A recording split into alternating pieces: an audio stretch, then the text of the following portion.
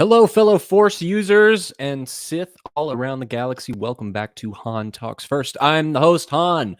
Same as every week. Never changes. I don't know why I keep saying that. I guess it's just in case some of you are new here. So if you are new, welcome. Glad you could join us today. We got a lot of stuff we're talking about today. However, it'll be a shorter episode this week, simply because I have a lot of stuff to do today.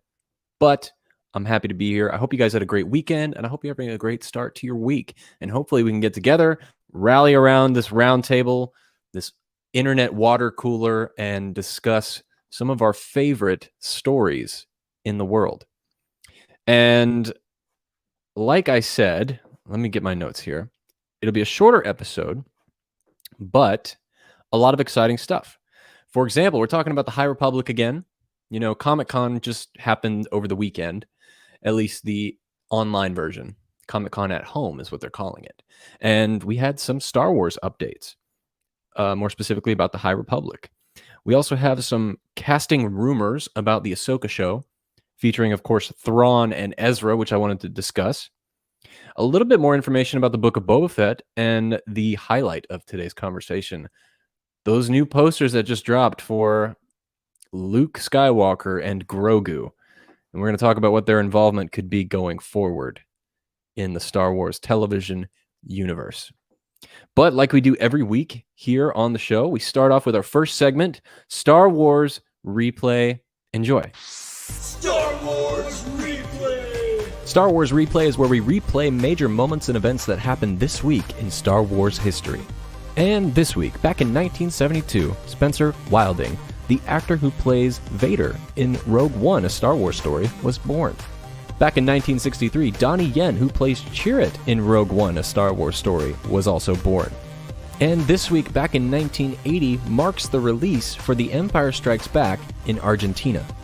And finally, all the way back in 1940, Gary Kurtz was born. He, of course, is the producer of A New Hope and The Empire Strikes Back. Without him, it would have been really hard for George Lucas to make the original Star Wars. That's it for Star Wars Replay. Tune in next week to find out what major moments and events happened next week in Star Wars history. You know, Gary Kurtz doesn't get enough praise as I think he deserves. You know, he really did a lot for the production and getting Star Wars off the ground. And what's even more weird about the situation is, I think part of the reason why people don't really talk about him is because he hasn't done a lot of interviews. Even back in the day, he never really talked about his involvement, where maybe he wasn't as creatively involved as some people might think. He was a facilitator. That was his role as the producer. He was able to convince studios to make this movie and to get funding for it. And of course, to shepherd George Lucas along the way and help motivate him to continue going. So at some point, I do want to have a really good discussion about Gary Kurtz and his involvement with the Star Wars movies, the original trilogy, which we'll have to do sometime in the future. So that is it for Star Wars Replay.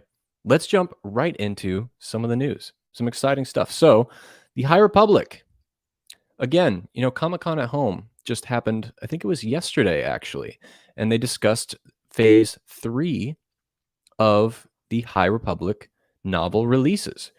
And here is a statement that they released about that.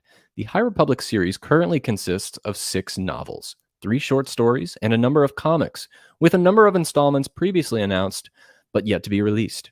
Ireland's young adult novel Out of the Shadows will follow up the Comic-Con announcement on July 27th, while George Mann's young reader book Shadow of the Fair will be released in October. Tempest Runner, an audio drama by Cavan Scott, is also set to be released by Penguin Random House Audio at the end of August. And these were some of the new novels that were released to come out beginning January of 2022. We have The Fallen Star by Claudia Gray, who is a beloved Star Wars author. She has written books already, such as Light of the Jedi. Oh, sorry. She didn't do that one. She did something else. Rising Storm? I can't remember. But she has written previous books outside of the High Republic, such as Master and Apprentice, and also Lost Stars, which is some of people's favorite Star Wars novel under the Disney canon era. But we also have Eye of the Storm, which is a Marvel comic coming out by Charles Soule. Following that is also Mission to Disaster by Justina Ireland, one of the books we just talked about, and Midnight Horizon by Daniel Jose Older. Now, all of these will be in a different format, but I think the highlighted ones will be the novels themselves. And I see a lot of people getting really excited about Claudia Gray, especially. People love her writing. People love her storytelling. I have really only read Master and Apprentice by her. And I hear Lost Stars is amazing, so at some point I want to check that out. But as far as the other High Republic series, I'm not into it. It's just not my style. 200 years before the Phantom Menace is a great time period, but having just novels set in that time doesn't appeal to me. I did try and listen to Light of the Jedi on audiobook, but I just couldn't listen to it. I'm more of a physical reader. So at some point, I will get around to reading at least the first installment of the High Republic. But at this time, I'm just not interested, and I have a lot of things to do. But that doesn't mean I still don't want to hear what you guys think. So if you are a reader of the High Republic series, let me know in the comments below what you think of it, what you're most excited for, or you can hit us up on social media at Han Talks First. If you're watching us live, thank you for joining us. We are streaming on YouTube and on Twitch. We will be on the podcast platforms later in the day. And if you are listening on the podcast, feel free to give us a subscribe. Give us a subscribe or follow us, rate and review on Apple. It helps out tons. And if you're watching on YouTube or Twitch, subscribe to the channel so you never miss an episode.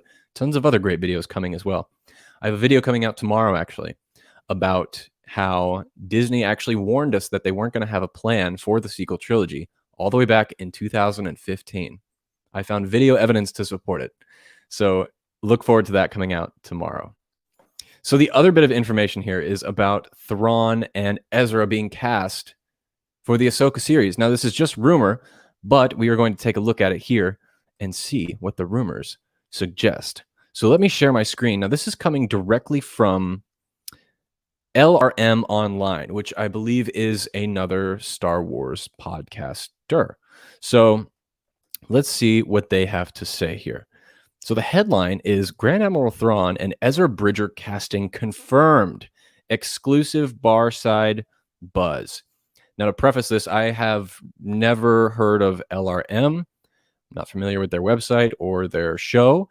So I think we could take this with a grain of salt since they are not fully accredited. And we did hear, of course, a couple months ago, a little while ago. I think it was all the way back in January, maybe. But Mina Masoon posted a photo on his Instagram. And the quote that he put in the caption was, "Hey, just so you know, when I escape, I won't hurt any of you." And that was a quote from Star Wars Rebels. So right away, people assume that he was cast in this show. And the post was never taken down, which means that Disney was okay with it. So we did already know about this situation. And for one, I'm pretty excited about it. I think he would make a great Ezra. And I actually really enjoyed Aladdin, which he was the star of. But that was something we've already heard about. But now we're getting reports of another actor joining the ranks in Lars Mikkelsen playing the role of Thrawn. Now, for one, I'm not familiar with Lars's work. I haven't seen him in anything that I'm aware of. We do know that his brother was the voice, I believe, or maybe it was Lars himself. I can't remember. But here's what this report says here. The news of Lars Mikkelsen coming to the Mandoverse as Grand Admiral Thrawn is welcoming news for fans of Star Wars Rebels. It was Mikkelsen himself who voiced Thrawn in the animated series for 17 episodes. Okay, so it was Lars who voiced him himself. Interesting. Okay, so Thrawn is one of the most unique characters in the Star Wars universe. He was introduced in the Heir to the Empire novel in 1991 and quickly rose in popularity, which has led to multiple novel trilogies, comic book appearances, and animation. However, he is only character that transitioned from the expanded universe into the Star Wars canon. That's actually not true. There was some characters in Solo that did make a reprisal. Don't ask me who, I forgot, but I remember at the time. So what makes this news perfect is the age of both actors would be relatively around the age of their respective characters. I think fans will be happy with these choices, especially that Mikkelsen, whose voice work has become iconic itself. Make sure you check out the blah, blah, blah, blah. Okay, so that's really it. So why I'm not too convinced in this article is, for one, there's no source. They don't say that they have a source. They say it's confirmed, yet they don't even say that sources tell them this news, which leads me to believe this is strictly speculation. And I'm sure they believe it to be true. Maybe they do have a source, but the fact that they didn't state it makes me hesitant to believe its validity. So, would I want this? Of course I would want this. I want to see Thrawn in live action. It's going to happen. The name was dropped in Mando Season 2, Episode 5, I believe. And, of course, they'll be coming into Ahsoka. And I think it's extremely probable that we will also see Ezra Bridger, Mina Masood playing him. Again, I think great casting. Now, I'd have to see Lars Mikkelsen in another role before I am entirely convinced that I would support this decision of him playing Thrawn in live action, because I'm not familiar with his acting. His voice was perfect for the role, and Thrawn is a beloved character. I mean, I was first introduced to him in Rebels, but then I went back and read the Heir to the Empire trilogy, which is an amazing series and very different in character between the animated and also in those original books. And then also even more different in the modern day Thrawn books, which I just got Thrawn Ascendancy, which I haven't started reading yet.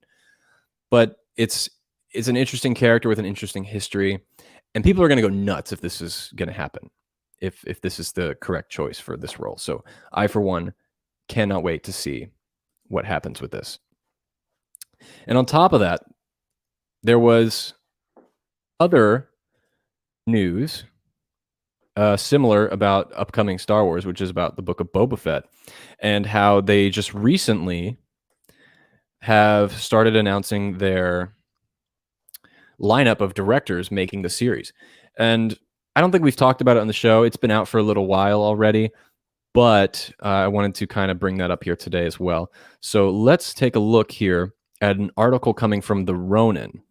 And it says in its headline, exclusive, the Book of Boba Fett directing team expected to include Extraction's Sam Hargrave. So if you're not familiar with Sam Hargrave, he was the director of Extraction, which was on Netflix.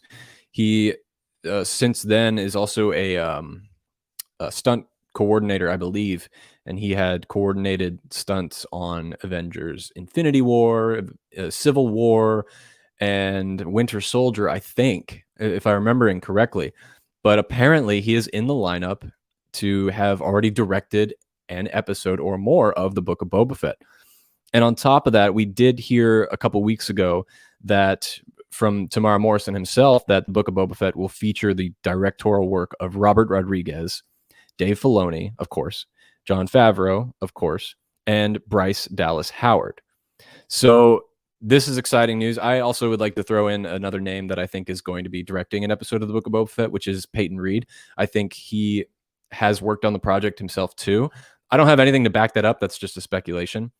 But let's talk about this new face, Sam Hargrave. So the article goes on to say just kind of basic stuff, so I'm not going to read it here. But the cinematographer Dean Cundley has been revealed to be working behind the camera, and his fantastic collection of credits consists Escape of New York, The Fog, Halloween, Jurassic Park. Oh, wow. Apollo 13. Wow, he's got a big list here. So apparently this is the cinematographer, which I wasn't aware of. And he is saying that this is going to be one of the new directors in Sam Hargrave. So if you haven't seen Extraction, it was okay. You know, it's nothing groundbreaking. It's just a movie. It had good action scenes. There wasn't really much story there, but he's great at action directing. So when a director comes into a television series, they really have no control over the story. That's a producer's role or a showrunner's role. So I don't think we have to worry about story-centered things. But as far as action goes, we know the Book of Boba Fett is going to be heavily surrounded by tons of action and explosions and, I don't know, Ming-Na Wen going crazy. So I think this might be a good choice, especially under the leadership of executive producers like Robert Rodriguez, Dave Filoni, and Jon Favreau. I think you can't go wrong. I think they know what they look for in talent, and I think they'll do a good job doing this. So this is something interesting that just came out would love to know what you guys think about it, because this is going to be big. This is going to be a big show. I, for one, am really freaking excited about it. I'm going to take a moment here and take a look and see who is joining us today. If you're watching on Twitch, hello there. The Twitch chat is acting up a little bit, but it looks like the YouTube one is active. We have our two classic viewers here. We have Max and Sith Care Bear Josh. What's up, guys? It's so good to see you again. Hello there. Just whatever, Dan. Welcome to the party. He says, what's up, hon? It's good to see you. Max says, I haven't read a High Republic book, but I think the era has much potential, and I'm also excited for the Acolyte. That is one aspect of the High Republic that I am extremely looking forward to, is the High Republic. And I can't get any more excited for it. I mean, we're going to have lightsabers again, so that's exciting. And taking place before the Phantom Menace, leading up to the Phantom Menace, Leslie Headland herself has said that she was inspired to do this show specifically from the Phantom Menace point of view, which I don't think any other Star Wars creator or any other filmmaker has said that the Phantom Menace was an inspiration for their story. So that is encouraging to hear too, because I really enjoy the Phantom Menace. I know it's a bad movie. I know it's bad, but I think there's a lot of heart in there, in the undertones. A lot of work went into it. Visual effects were amazing. The pod race scene is beautiful. So yes, the Acolyte, it's going to be great. I can't wait. I'm right there with you, Max. Thanks for sharing. And he also says, I'm very happy that Ezra and Thrawn are most likely in the Ahsoka series. Me too. I think you have to. I think you have to have them, And if you can line up talent such as Mina Masoon and Lars Mikkelsen and put them up next to Rosario Dawson playing Ahsoka, you can't go wrong. It's going to be great. And hopefully the show does well. I mean, you can count on all of us Star Wars fans to watch the show and to talk about it and enjoy it. But I really hope other people get into it as well, and then it can be reprised for more seasons to come. Let's see here. Okay, so this is a comment about LRM. Said back in June 2020 that the Rian Johnson trilogy will start after the Taika Waititi movie, and I think it's possible that this is true. Okay, so I've never heard of LRM, but apparently you've seen reports of them before as well. As far as the Rian Johnson trilogy thing, I haven't heard that report myself. Again, I'm not sure if I trust this website yet. If maybe they're accurate, I don't know. I'll have to do more research and see how they operate, but we'll have to see. Sith Care Bear says, hello, Han. Hello, buddy. It's good to see you. Haven't seen you in a long time. Excellent to see you joining us today. Just whatever Dan says, I'm an OG Star Wars fan, seeing every Star Wars movie in theaters, and I can't the Rebel cartoons. Oh, you don't like the Rebel cartoons? So here's what's weird. I actually started Star Wars animation with Star Wars Rebels, and then I went back to Clone Wars. Now I watched Clone Wars when I was a kid, or whenever it came out, and it was kind of just on in the background. I never really focused on it, but I really got into Rebels first, and then after watching it, I think it was around season 3 and 4 that I fell in love with Rebels, and I went back and decided to watch the Clone Wars, and ended up appreciating the Clone Wars more in that regard. So I think it's because of the order I watched it in is why I appreciated Rebels a lot more. It felt original Star Wars-y to me. Clone Wars definitely feels Star Wars, but it's more of Star Wars tales, what's going on the sidelines. But hey, Rebels isn't for everybody. I totally get that. Boba Fett is going to be awesome. I agree. It's going to be rad, and I can't wait. Some awesome talent behind it. I think the director's lineup for the Book of Boba Fett is great, and I think Robert Rodriguez will direct the first episode. I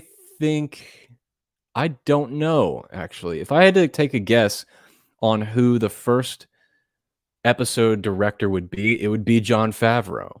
I think Jon Favreau would be the first, because Jon Favreau, when he originally pitched a Star Wars story to Kathleen Kennedy, he didn't pitch The Mandalorian. He pitched The Mandalorian story, but he pitched it with Boba Fett as the main character. And Boba Fett was originally the bounty hunter to discover Grogu. So I think Jon Favreau has been building up to the point that he could make a Boba Fett series. I think it's his favorite character, or at least one of them. I think he really loves that character. So I think my guess is the first director of the series will be Jon Favreau. I think Robert Rodriguez is probably likely to close out the series because he is a great director. This might sound a little weird, but one of my favorite Robert Rodriguez movies is Machete with Danny. What's his name? I can't remember his name. Danny Trejo. Danny Trejo. But Machete is pretty great. But he does other great movies too, of course, you know. Just whatever Dan says. I like Phantom Jar Jar. Is that why you like the Phantom Menace? Because of Jar Jar Binks? Whatever, Dan. I'm just kidding. No, Phantom Menace is great. Jar Jar Binks was great, you know, because Jar Jar Binks was revolutionary.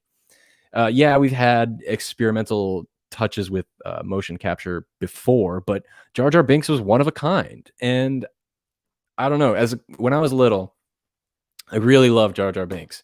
I didn't remember a damn thing about the Phantom Menace except Jar Jar Binks. I mean, of course, I was really young, so it was targeted for me anyway. That Jar Jar I was the target audience for Jar Jar Binks. Now looking back at it now, it's like, you know, what? Come on, man. For the older soul in me, it's kind of like it was a terrible idea. Come on, George, what are you thinking?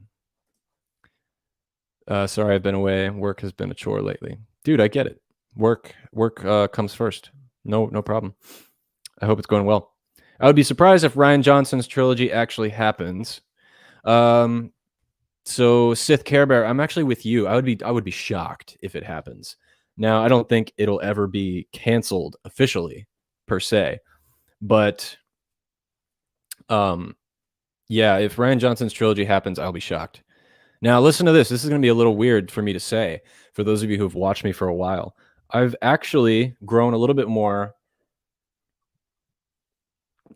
open to the idea of accepting the fact that if he comes back and makes a Star Wars movie.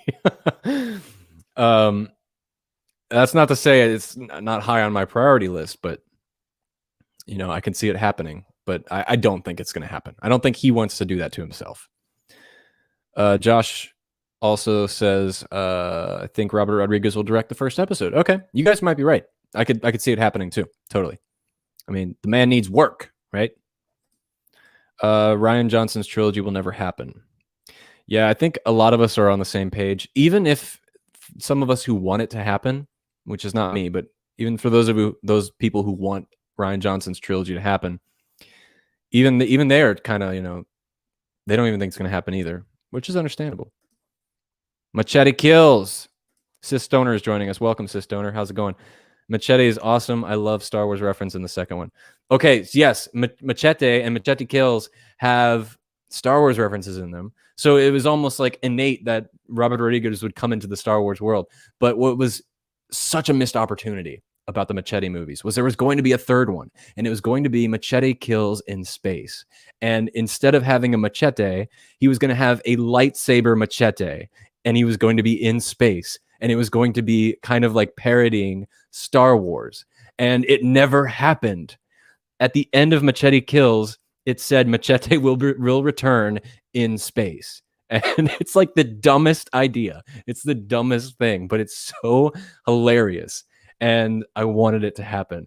Here, we're starting it right now, is the campaign for Machete Kills in Space, starting at 12:25 Pacific time on Han Talks First.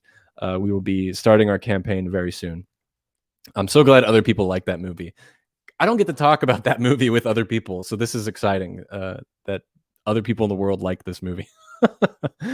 Thanks for sharing, everybody. Max says that I think Rian Johnson's trilogy will start in 2029 or 2031. So that is a while away, isn't it? Almost 10 years. 9 to 10 years. I'm curious as why you picked those numbers. I assume it's because of the lineup that's currently in existence with Patty Jenkins, Taika Waititi, Kevin Feige. But hey, never say never. It could happen. Sith Stoner says Machete is awesome. I love Star Wars. Oh, we already said that. We already got to that. Ryan Jensen killed Last Jedi. Was that Heineken Han? I kind of wish it was Heineken. No, this is actually a Topo Chico, a lime flavored version. But trust me, I wish I was having some Heineken right now. The show might be a little bit more livelier. Do you know what I'm talking about? So I'll get back to talking with you guys in a minute here, but let's jump into the main topic today, which is talking about these posters that just came out. And a lot of people are going crazy over it. If you haven't seen them, they're available online. They're everywhere, and every YouTuber is talking about it. Every podcaster is talking about it. But it's basically just a photo of Luke and Grogu together building a lightsaber. And everyone, and there was another one that was released that not a lot of people are talking about. But in addition to it, there was another one released of Din Djarin, and it also on the poster featured Bo-Katan and the bad guy. What is his name? I can't remember his name. And some Death Troopers as well. Both of them are really cool. A lot of people are running with the headline that these are official posters. And this will explain my thumbnail for this video, which said that it's a trap. These are not official posters. Okay? These are not official posters for The Mandalorian, for Lucasfilm, for Star Wars. Yes, they have the Star Wars license on them. But please don't think that this is like giving away, updates on what is to come in the future of the franchise.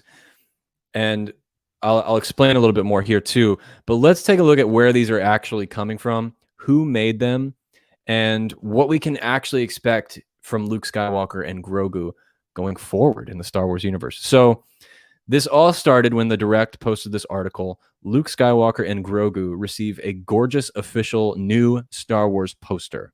Now, again, not official, but let's get into it. So let's see. The Mandalorian Season 2 ended on an action-packed finale. I'm not going to read all this because, it's not worth your time. Let's talk about this segment here. Grogu and Luke Skywalker take the spotlight. Again, talking about Comic-Con at Home, which happened over the weekend. Trends International released 2 new The Mandalorian posters showcasing fresh looks at the titular bounty hunter, Grogu, and the returning Luke Skywalker. Now, this first one was created by Russell Walks, and it shows a preview of Grogu's Jedi training with Luke somewhere in the galaxy, potentially hinting at a Force user wielding a yellow lightsaber once his training is complete. Now, again, these were posters made by a freelance artist for this Comic-Con at Home convention. Now, other than this, and other than the High Republic, there was no Lucasfilm, Disney, Star Wars presence at Comic-Con. Nothing. There was also no Marvel presence at Comic-Con. This was not a significant year for Comic-Con news and announcements. These posters coming out were an exclusive for this event, and the artists behind them don't have any inside information about the show, about the characters, what's going on. These are just fan art. Kind of. I mean, they were commissioned for it, but this is just fan art. Now, the other one was created by Joe Connery, and the second poster features Din Djarin wielding the Darksaber and protecting Grogu from unknown threats. A glimpse at Grogu's training. These posters serve as a fitting reminder of the rousing success of Mando Season 2.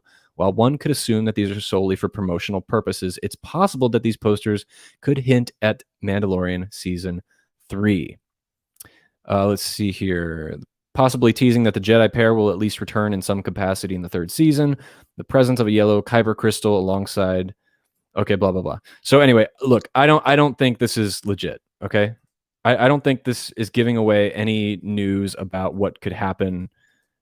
There's so many ads on this website. I'm going to take this screen off because it's so annoying. I'm just going to put up the poster again. So again, I don't think this is giving away any plot details about Mando Season 3. And honestly, I don't think people should expect to see Luke Skywalker in Mando Season 3 anyway. It was a treasure that he was in that finale.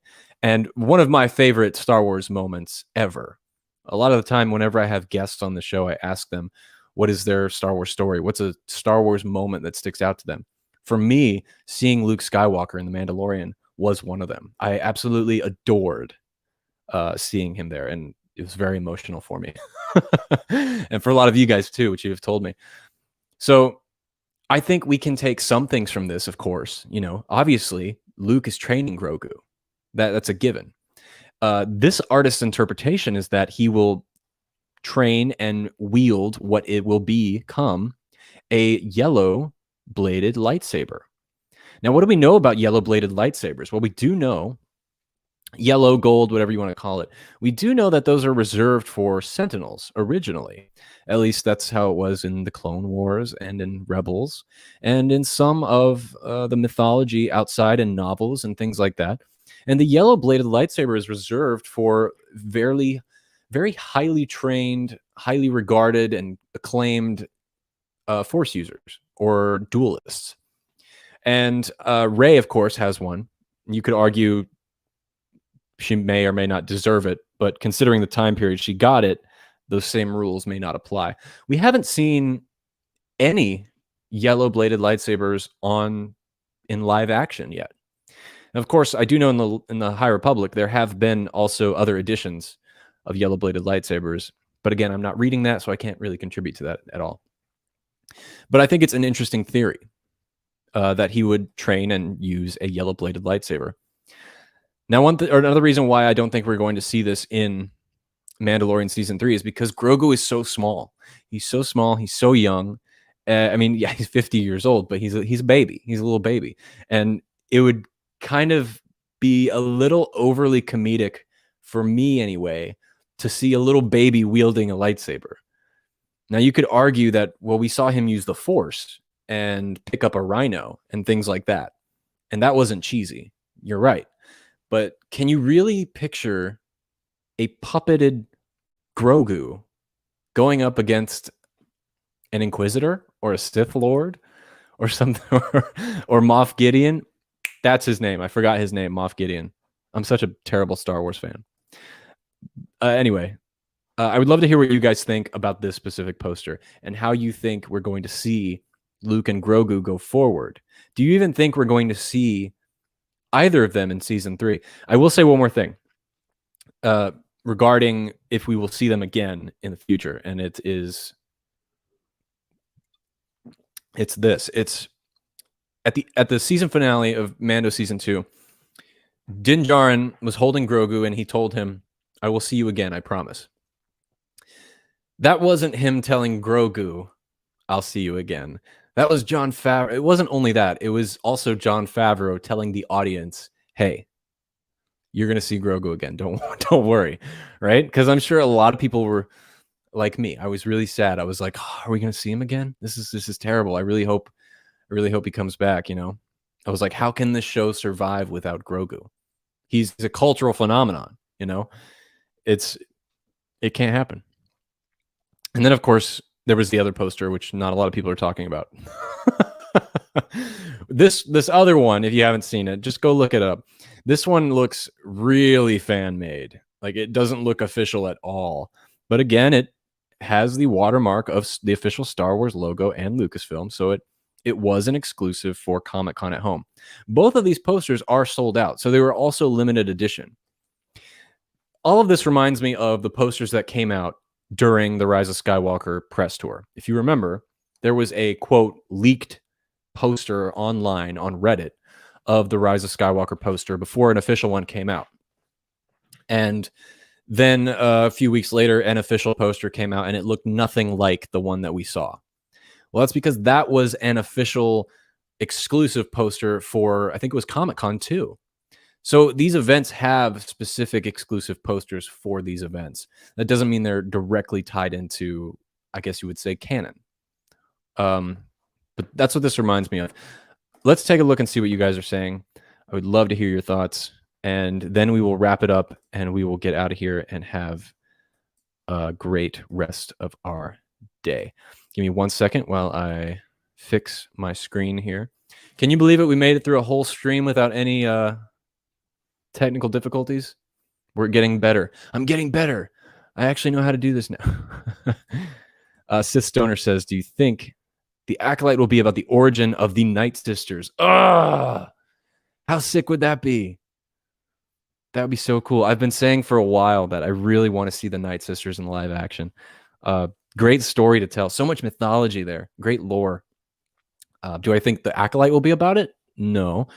Could we possibly see some cameo or appearances from Night Sisters? Yeah, I really do. But I mean, it might have like stories about the origins, but as far as like specifically about the Night Sisters, I don't think that'll be the focus of the show. But hey, man, I'm down. I'm totally down, Sis Stoner. All right.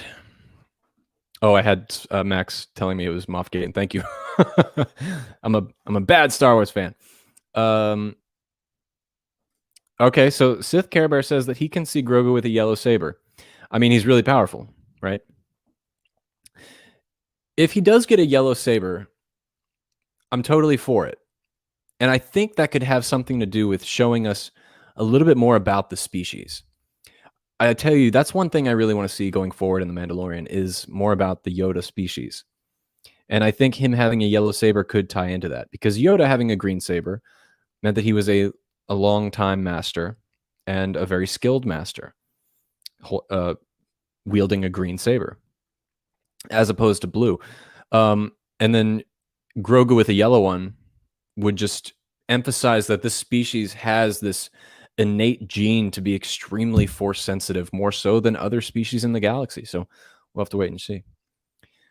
I'm sure Mike Zero is really making some up crazy out of this world stuff about these posters. Dude, Mike Zero, man. This guy, I don't know where he comes up with his stuff, you know. Look, I will say the videos are entertaining. They're really entertaining. Fun story, quick story about Mike Zero.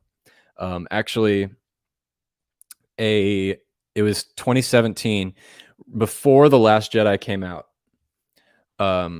Look, I wasn't a fan of the movie, but I was extremely excited for it, and I was looking up every theory, watching every speculative video, looking at interviews, the whole thing. And at the time, I discovered Mike Zero, and he was talking about all these plot leaks of The Last Jedi and rumors and things like that. And I was like, oh, wow, where does this guy get his sources? They're so specific. And so I went into the movie, and after the movie, I went back and watched Mike Zero. None of the things he said came true. Nothing was remotely accurate to the final product. And the same thing for the Rise of Skywalker. Like, they're like wild, crazy theories on his videos. And I just think that's just hilarious. I will say they're entertaining. They're entertaining. Some of the stuff he comes up with, you know, it's like Kermit the Frog will be the Sith Lord in the Acolyte. I should make a video like that and see what kind of attention it gets and put up the Mike Zero backdrop, like with his dartboard and the logo and and just talk like him. I don't know. That'd be really funny. I think John and Dave are retelling the Heir to the Empire story. Interesting. Very interesting. Hey, I have never thought about that. That's really cool. That could definitely be what's happening. Wow. So if that's the case, do you think there's going to be, in whether it's the Ahsoka series or the Mandalorian or something, that there's going to be another hidden Jedi somewhere on a hidden planet that's like really old and extremely powerful, similar to what happened in the first book? That'd be really cool. I'll have to think about that and do like a little video on like speculation of how that could be true. Thanks for sharing that. That's actually a really good theory. I really like that. Ooh, Dan says, will we see little Yoda death? Will we see little Yoda death? I don't know. If Jon Favreau and Dave Filoni do that, they're gonna make a lot of people mad, right? I don't think they're gonna do that. Baby Yoda is gonna be around forever. But who knows? Who knows? Maybe they'll bait and switch us. Maybe they'll make it look like he's dying, but he's actually not. I don't know.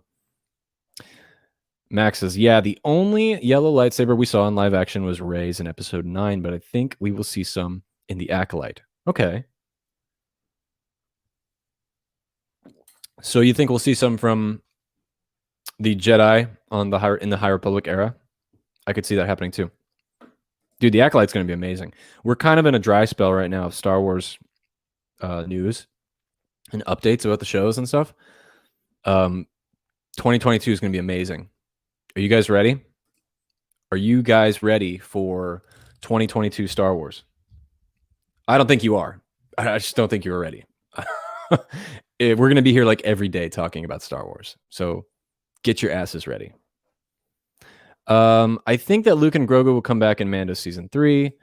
I think both posters don't look real because I don't think Lucasfilm would make such posters random. Exactly. Yeah. Again, they're not official. They're licensed. They're freelance commission work. And it discourages me when I see so many people get so invested in this. It's technically just fan edits, and they're great. They're fantastic. Don't get me wrong. I just don't want to look too much into it, because Mandalorian season 3 is a year away. A year away. I don't want to get too invested in my theories at this point. It's just too soon. All right, Sith Care Bear. I think they will save the Yoda species story for the end of everything. We all want to see it. It's their ace in the hole. I agree.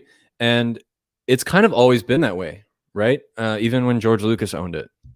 Every Star Wars author, graphic novel artist, whatever, comic book writer, everyone wanted to touch Yoda. That's my adolescent brain laughing at a stupid comment. Everyone wanted to touch Yoda. Not inappropriately. They wanted to tell his story about where he came from and shit like that. But George wouldn't allow it. And it's always been one of the most thought about things in Star Wars. Who is Yoda? Where is he from? Could you imagine living in 1979? When did Empire come out? 1980. Could you imagine living in 1980 and being really invested in Star Wars? You've only had 2 movies, and you know nothing about Yoda's past. Think about the time period, and not knowing anything about the Clone Wars or the fact that he... I'm sorry, Max in the chat. Everyone wanted to touch Yoda. Okay. Anyway, that's a meme. Someone out there. I know this channel isn't big enough for that, but at some point, I really want someone to make a Han Talks First meme channel where they can just make fun of me and post videos and memes about the show. I think that'd be cool. Anyway, what was I saying? Oh, the Yoda species. I agree. I think it is their ace in the hole. I think that's one of the goals Jon Favreau has, is to expand that story and let us know more about our little green friend. Judge me by my size, do you? I love Yoda. Empire Strikes Back Yoda is the best. I love him in the prequels, but oh my god, so amazing. I wonder if Mike Zero believes his stories himself. What if Mike Zero legitimately thinks everything he says is true? Well, I think it's a possibility. What was something crazy he said one time? Kathleen Kennedy was firing, or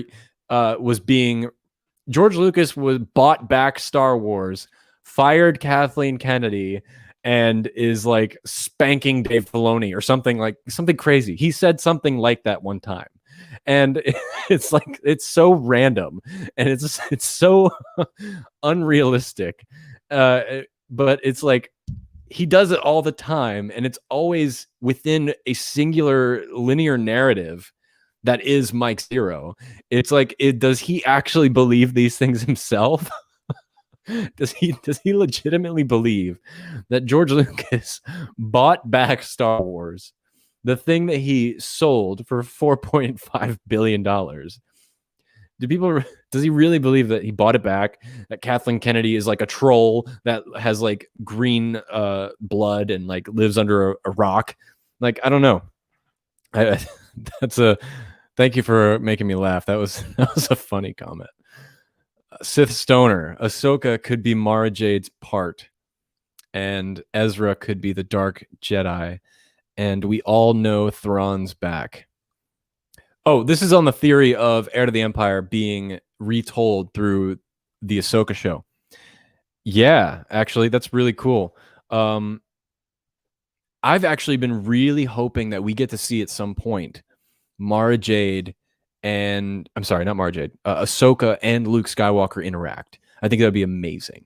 And I saw this hilarious meme a few days ago, and it was Din Djarin talking with Ahsoka Tano after he gave up Grogu, and he was like, Ahsoka was like, "So what happened with Grogu?" And Din Djarin was just like, "Oh, I gave him to somebody named Skywalker." And Ahsoka's just like, "You did what?" Because she doesn't know that there's a Luke. She only knows Anakin Skywalker, and I thought that was pretty funny.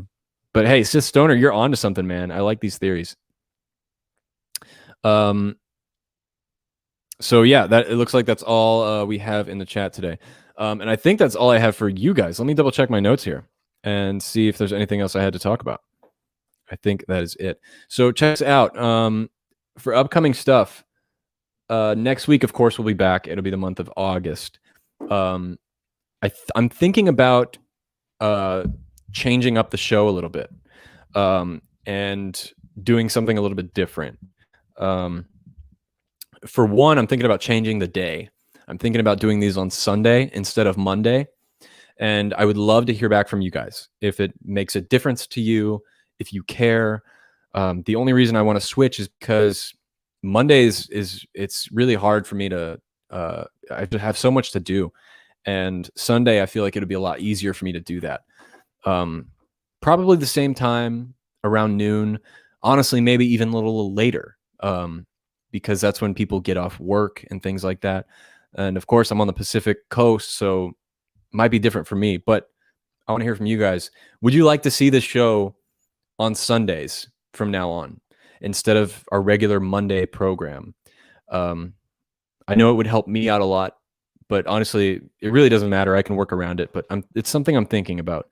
And also Star Wars Replay, I might be putting a pause on it just because it takes me a lot to make those videos, a lot of time to make those videos. And I got a lot going on right now. Most of you know, I directed a film that is currently in a festival campaign, which is pretty cool. My film is being shown at some festivals in Los Angeles, and hopefully you guys will get to see it soon. The thing about it is you can't release it publicly until it has been seen by critics. So at this point in time, my movie is being shown to critics. And once that's over, once the campaign is over, I'm allowed to put it on YouTube and people can check it out. So I don't know. That's all I got for you today, guys. Thank you so much for watching.